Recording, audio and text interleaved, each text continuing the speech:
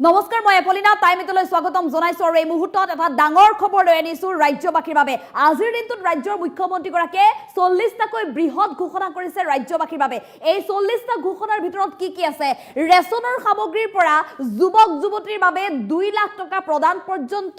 লাখপতি বাইদেউৰ পৰা আৰম্ভ কৰি চৰকাৰী কৰ্মচাৰীৰ মিউচুৱেল ট্ৰান্সফাৰ পৰ্যন্ত 40টাকৈ বৃহৎ ঘোষণা কৰিছে ৰাজ্যবাসীয়ে পুনৰ নতুন সুবিধা লাভ কৰিব বিশেষকৈ মুখ্যমন্ত্ৰী আত্মনিৰ্ভৰ আঁচনিৰ বাবে যিসকল যুৱক যুৱতীয়ে আবেদন কৰিছিল তেওঁলোক এতিয়া সাজু হওক 2 লাখ টকা লবৰ বাবে কিয়নো ৰাজ্যৰ মুখ্যমন্ত্ৰীগৰাকীয়ে আজি ফেচবুক মাধ্যম যোগে কেইবাটাও বৃহৎ ঘোষণা কৰিছে মন কৰক মুখ্যমন্ত্ৰীৰ আত্মনিৰ্ভৰ আঁচনিৰ বাবে আহি গ'ল এতিয়া নতুন খবৰ যিসকলে মুখ্যমন্ত্ৰী আত্মনিৰ্ভৰ আঁচনিৰ বাবে আবেদন কৰিছিল তেওঁলোকৰ বাবে এয়া নতুন খবৰ 2 লাখ টকা লবলৈ সাজু হওক এতিয়া আবেদনকাৰী আপুনিও যদি আবেদন কৰিছিল 2 লাখ টকা আপুনিও শীঘ্ৰে লাভ কৰিব শীঘ্ৰে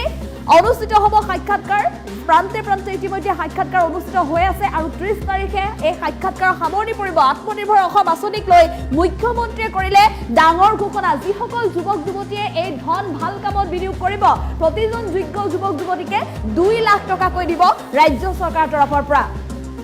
25,000 যুৱকে প্ৰথমতে লাভ কৰিব 1 লাখ টকাকৈ আৰু 1 লাখ টকা লাভ কৰা সকলৰ কাম পৰিদৰ্শন কৰা হ'ব আগষ্ট মাহত কাম পৰিদৰ্শন কৰি সেপ্টেম্বৰ মাহত পৰৱৰ্তী মাহতে 1 লাখ টকাকৈ পুনৰ প্ৰদান কৰা হ'ব উদ্যোগী কামত বিনিয়োগ কৰা সকলক পুনৰ দিয়া হ'ব 1 লাখ টকা যিসকলে সেই টকাৰে উপাৰ্জন কৰিব পাৰিছে তেওঁলোকক পুনৰ 1 লাখ টকা দিব সাক্ষাৎকাৰৰ বাবে সাজু হওক এতিয়া মুখ্যমন্ত্ৰী আত্মনিৰ্ভৰ আঁচনিৰ বাবে যিসকলে আবেদন কৰিছিল তেওঁলোক 30 মেৰ ভিতৰত সম্পন্ন হ'ব সাক্ষাৎকাৰ যিসকলে এতিয়াও সাক্ষাৎকাৰত অৱতীৰ্ণ হোৱা নাই তেওঁলোক 30 মেৰ ভিতৰত সাক্ষাৎকাৰত অৱতীৰ্ণ হ'ব লাগিব সাক্ষাৎকাৰত বাছনি হলে লাভ কৰিব আপুনি মুখ্যমন্ত্ৰী আত্মনিৰ্ভৰ আঁচনিৰ ধন ৰাজ্যৰ লাখ লাখ ৰেচন কাৰ্ডৰ গৰাকীৰ বাবেও ডাঙৰ খবৰ আপোনাৰ হাততো যদি ৰেচন কাৰ্ড আছে তেনেহলে আপুনি জানি লওক তেনেহলে আপুনিও জানি লওক এয়া 1 অক্টোবৰ প্ৰায় অতি কম দামতে আপুনি লাভ কৰিব চেনি দাইল আৰু নিমখ লগতে গেছ ৰন্ধন গেছ প্ৰতি কেজি চেনি লাভ কৰিব আপুনি মাত্ৰ 38 টকাত বজাৰৰ যি মূল্য আছে সেই মূল্যতকৈ আপুনি কম দামত লাভ কৰিব প্ৰতি কেজি মসুৰ দাইল আপুনি লাভ কৰিব মাত্ৰ 69 টকাত যদি হে ৰেচন কাৰ্ডটো আছে ৰেচন কাৰ্ডৰ জৰিয়তে আপুনি সুলভ মূল্য দোকানত পাব প্ৰতি কেজি নিমখ লাভ কৰিব মাত্ৰ আপুনি 10 টকাত ৰেচনৰ চাউল আনিবলৈ যাওঁতে আপুনি মনত ৰাখিব এইকেইটা কথা ফেচবুক লাইভ যোগে মুখ্যমন্ত্ৰীয়ে ৰেচন কাৰ্ডৰ হিতাধিকাৰী সকলৰ বাবেও এই বৃহৎ ঘোষণা কৰিছে গ্ৰেজুৱেট পোৱা সকলে 2500 টকাকৈ পাব জীৱন প্ৰেৰণা আঁচনিৰ ধন এয়া শিক্ষাৰ্থীসকলৰ বাবে ভাল খবৰ 1 জুনৰ পৰা আবেদনৰ বাবে মুকলি হ'ব পৰ্টেল যিসকল আবেদনকাৰী আছে তেওঁলোকে পৰ্টেলত আবেদন কৰিব পাৰিব আবেদন যিসকল কৰিব তৃতীয় আৰু চতুৰ্থ বৰ্গৰ কৰ্মচাৰীয়ে কৰিব পাৰিব মিউচুৱেল ট্ৰান্সফাৰ এতিয়া নিজৰ ইচ্ছা অনুসৰি তেওঁলোকে নিজৰ স্থানলৈ বদলি হ'ব পাৰিব অতি শীঘ্ৰে মুকলি কৰি দিয়া হ'ব পৰ্টেল এই পৰ্টেলতে আবেদন কৰিব লাগিব মিউচুৱেল ট্ৰান্সফাৰৰ বাবে নিজৰ ইচ্ছা অনুসৰি ট্ৰান্সফাৰ ল'ব পাৰিব এতিয়া চাকৰিৰে নিজৰ সুবিধা হোৱাকৈ নিজৰ ইচ্ছা অনুসৰি তেওঁলোকে মিউচুৱেল ট্ৰান্সফাৰ ল'ব পাৰিব ইতিমধ্যে 8000 তৃতীয় চতুৰ্থ বৰ্গৰ কৰ্মচাৰীয়ে কৰিছে আবেদন গতিকে আপুনিও যদি আবেদন কৰিছিলে তেনেহলে চিন্তা কৰিব নালাগে অতি শীঘ্ৰে ঘোষণা হ'ব সবিশেষ আপুনি কোন স্থানলৈ ট্ৰান্সফাৰৰ বাবে আবেদন কৰিছিল বা কাৰ সৈতে আপোনাৰ আবেদন হৈছিল সেই কথা আপুনি জানিবলৈ পাব শীঘ্ৰে গ্ৰেজুৱেট শিক্ষকৰ ৰিজাল্ট সন্দৰ্ভতো ঘোষণা কৰিছে মুখ্যমন্ত্ৰীগৰাকীয়ে 5 জুনত ফলাফল ঘোষণা কৰা হ'ব গতিকে সাজু হওক আপুনি ৰিজাল্ট ল'বৰ বাবে ঘোষণা হ'ল এডিআৰই অৰেল পৰীক্ষাৰ দিন সাজু হওক এডিআৰইৰ মৌখিক পৰীক্ষাৰ বাবে যিসকলে এডিআৰইৰ লিখিত পৰীক্ষাত উত্তীৰ্ণ হৈছিলে তেওঁলোকৰ বাবে মৌখিক পৰীক্ষাৰ দিন ঘোষণা কৰা হৈছে এডিআৰই অৰেল পৰীক্ষা আৰম্ভ হ'ব 15 জুনৰ পৰা প্ৰতিটো বিভাগৰ 15 জুনৰ পৰা অৰেল পৰীক্ষা আৰম্ভ হ'ব এডিআৰইৰ তৃতীয় বৰ্গৰ বাবে 15 জুনৰ পৰা আৰম্ভ হ'ব অৰেল পৰীক্ষা গতিকে তৃতীয় বৰ্গৰ পৰীক্ষাৰ্থীসকলে যিসকলে আবেদন পৰীক্ষাত বহিছিল তেওঁলোকে মনত ৰাখক গ্ৰেড 4ৰ বাবে অৰেল আৰম্ভ হ'ব 15 জুনৰ পৰা এই সন্দৰ্ভত শীঘ্ৰে ঘোষণা হ'ব সবিশেষ ৰাজ্যৰ মুখ্যমন্ত্ৰীগৰাকীয়ে এই সন্দৰ্ভত মন্তব্য কৰিছে সামাজিক মাধ্যম যোগে পেহেলগামত নিহত হোৱা প্ৰতিটো পৰিয়ালক 5 লাখ টকাকৈ আগবঢ়াব অনুদান অসম চৰকাৰৰ তৰফৰ পৰা এই অনুদান আগবঢ়াব ৰাজ্য চৰকাৰে ইতিমধ্যে ঘোষণা কৰিছে তৃতীয় চতুৰ্থ বৰ্গৰ কৰ্মচাৰীয়ে কৰিব পাৰিব মিউচুৱেল ট্ৰান্সফাৰ অতি শীঘ্ৰে মুকলি কৰি দিয়া হ'ব পৰ্টেল এনেধৰণে কেইবাটাও বৃহৎ ঘোষণা কৰিছে আজিৰ দিনটোত 40টাকৈ বৃহৎ ঘোষণা কৰিছে মুখ্যমন্ত্ৰী ডক্টৰ হিমন্ত বিশ্ব শৰ্মাই ফেচবুক মাধ্যম যোগে তেওঁ ফেচবুক লাইভ যোগে সমগ্ৰ ৰাজ্যবাসীৰ বাবে এই কেইবাটাও বৃহৎ ঘোষণা কৰিছে ইতিমধ্যে ৮,০০০ তৃতীয় আৰু চতুৰ্থ বৰ্গৰ কৰ্মচাৰীয়ে কৰিছে আবেদন মিউচুৱেল ট্ৰান্সফাৰৰ বাবে তেওঁলোকে আবেদন কৰিছে গ্ৰেজুৱেট শিক্ষকৰ ৰিজাল্ট ৫ জুনত প্ৰকাশ পাব গ্ৰেজুৱেট শিক্ষকৰ বাবে যিসকলে পৰীক্ষাত বহিছিল তেওঁলোকৰ ৰিজাল্ট কেতিয়া দিব তাক লৈ প্ৰশ্ন কৰিছিল মুখ্যমন্ত্ৰীগৰাকীক এয়া মুখ্যমন্ত্ৰীগৰাকীয়ে ফেচবুক লাইভ যোগে আজি উত্তৰ দিছে আৰু প্ৰতিগৰাকী লোককে নতুন খবৰ দিছে আমি পুনৰ জনাইছো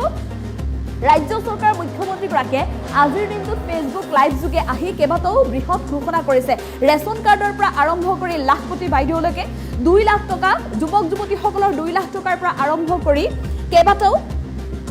বৃহৎ ঘোষণা কৰিছে ৰাজ্যৰ মুখ্যমন্ত্ৰী ডক্টৰ হিমন্ত বিশ্ব শৰ্মাই গতিকে সাজু হওক আপুনিও যিসকল মুখ্যমন্ত্ৰী আত্মনিৰ্ভৰ আঁচনিৰ বাবে আবেদন কৰিছিল তেওঁলোক সাজু হওক ৰাজ্য চৰকাৰে দিয়া ২ লাখ টকা ল'বলৈ আৰু যিসকলে ৰেচন কাৰ্ডৰ হিতাধিকাৰী আছে যিসকল তেওঁলোক সাজু হওক ১ অক্টোবৰৰ পৰা তেওঁলোকৰ ৰেচনৰ চাউলৰ লগে লগে অত্যাৱশ্যকীয় সামগ্ৰী চেনি দাইল নিমখ আৰু ৰন্ধন গেছ সুলভ মূল্যত লাভ কৰিবৰ বাবে প্ৰতি কেজি চেনি লাভ কৰিব মাত্ৰ ৩৮ টকাত প্ৰতি কেজি মচুৰ দাইল লাভ কৰিব মাত্ৰ ৬৯ টকাত প্ৰতি কেজি নিমখ লাভ কৰিব মাত্ৰ ১০ টকাত আজিৰ দিনটোত ৰাজ্যৰ মুখ্যমন্ত্ৰীগৰাকীয়ে বৃহৎ ঘোষণা কৰিছে আৰু এই সন্দৰ্ভত মুখ্যমন্ত্ৰীগৰাকীৰ মন্তব্য আছে আমি মন্তব্য আগবঢ়াবলৈ চেষ্টা কৰিম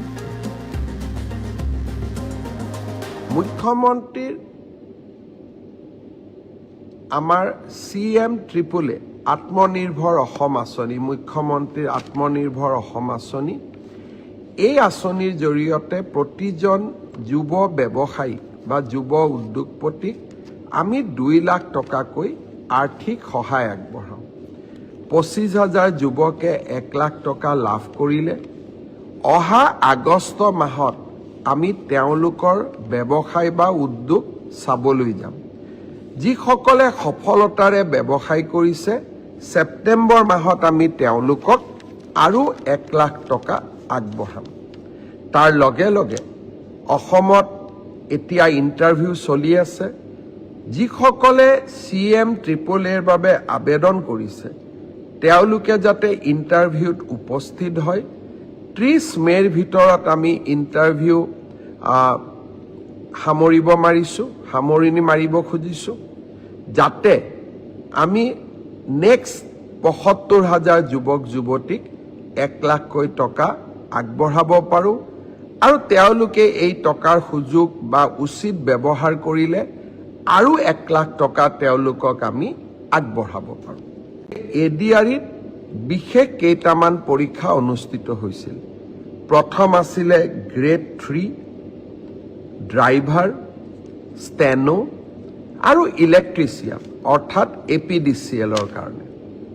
আজি আমি সিদ্ধান্ত লৈছোঁ যে গ্ৰেড 3ৰ কাৰণে কম্পিউটাৰ টেষ্ট ড্ৰাইভাৰৰ কাৰণে ড্ৰাইভিং টেষ্ট ষ্টেনোৰ কাৰণে ষ্টেনোৰ ব্যৱহাৰিক টেষ্ট আৰু ইলেক্ট্ৰিচিয়ানৰ কাৰণে ইলেক্ট্ৰিচিয়ানৰ স্কিল পৰীক্ষা কৰাৰ যিটো পৰ্যায় তাক আমি 15 জুনৰ পৰা আৰম্ভ কৰিম আৰু এই সমগ্ৰ ব্যৱস্থা আমি এটা মাহৰ ভিতৰতে সম্পূৰ্ণ কৰিম ঠিক তেনেকৈ চতুৰ্থ বৰ্গৰ পৰীক্ষাত পাছ কৰা প্ৰাৰ্থীসকলৰো অৰেল আমি 15 জুনৰ পৰা আৰম্ভ কৰিম আৰু এমাহৰ ভিতৰত ইয়াক আমি সম্পূৰ্ণ কৰিম অলপ আজি বা কালি বা পৰহি ৰাজ্য চৰকাৰে আপোনালোকক আনুষ্ঠানিকভাৱে দিন আৰু বাৰ আপোনালোকক জনাব যিসকলে লিখিত পৰীক্ষা পাছ কৰিছে তেওঁলোকে এতিয়া কম্পিউটাৰ টেষ্ট ড্ৰাইভিং টেষ্ট বা স্কিল টেষ্ট বা মৌখিক পৰীক্ষাৰ কাৰণে তেওঁলোকে যেন সাজু হয় 15 জুনৰ পৰা এই প্ৰক্ৰিয়া আমি আৰম্ভ কৰিম চৰকাৰী কাৰ্যালয়সমূহত কাম কৰা